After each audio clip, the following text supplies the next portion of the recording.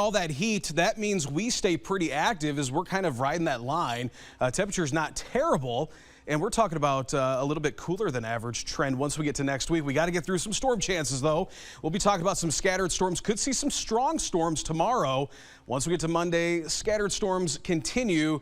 We're talking about a much cooler day. We could be hard-pressed to get out of the 70s for our high come Monday, and Tuesday looking to be a perfect summer day out there. I think we deserve that after the stretch of weather we've had.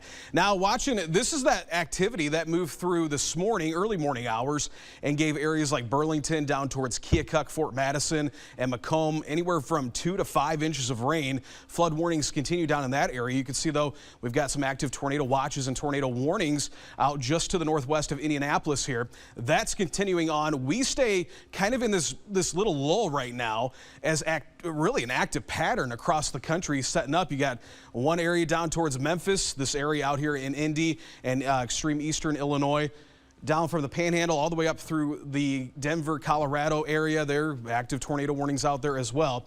Now, this storm here is going to be the one that we watch that will make its way into our area come tomorrow. That's going to be where we have to watch. Right now, I do think with the given trend that the severe weather threat mostly should stay to the south. Can't rule out a strong storm come tomorrow. We've got this line of activity. That's part of that storm system out in Omaha that'll make its way through. Now, watch as it does.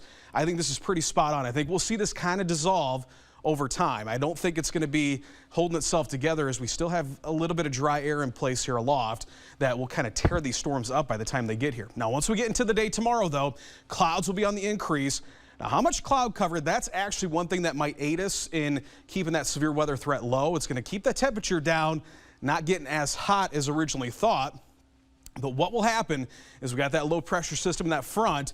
You'll see there we get some storms to fire up. Now, right now, again, I think that the most significant threat's going to be to our south, but we will have to watch these storms because we're so close to that low pressure system. You can kind of see that spinning out there towards the west.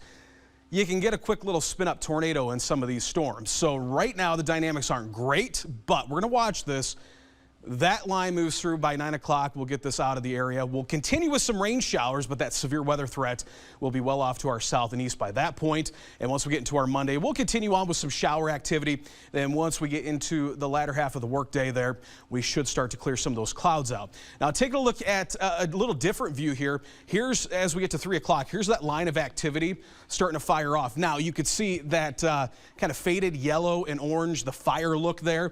That's the thunderstorm energy, and you could see it's really maximized further to the south, not so much here. Now, we do have some energy, but you can see, I think, more to central and southern Illinois. I think that's going to be the area that sees the most significant severe weather potential as we got some big storms developing. Also, that energy level just a lot higher down there. So something we'll continue to monitor for today. Again, we're kind of in that lull, so good night to get out and do things because active weather for tomorrow into Monday.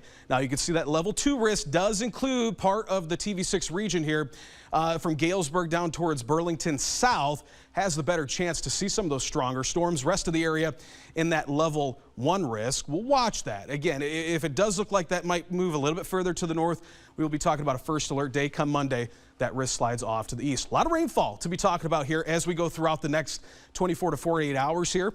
Once we get to Monday, look at that, 2 inches of rain possible in some of our northern towns. Areas to the south, like Keokuk, you don't need any more rain after what we just saw yesterday, but we could pick up an additional inch, so big-time rain. The one thing is once this does move through, it's going to cut that humidity pretty dramatically. Again, we're talking about temperatures into the 70s. Yeah, how about that? Right now, 81 degrees. You can see that heat dome for much further to the south than what we saw just a couple weeks ago.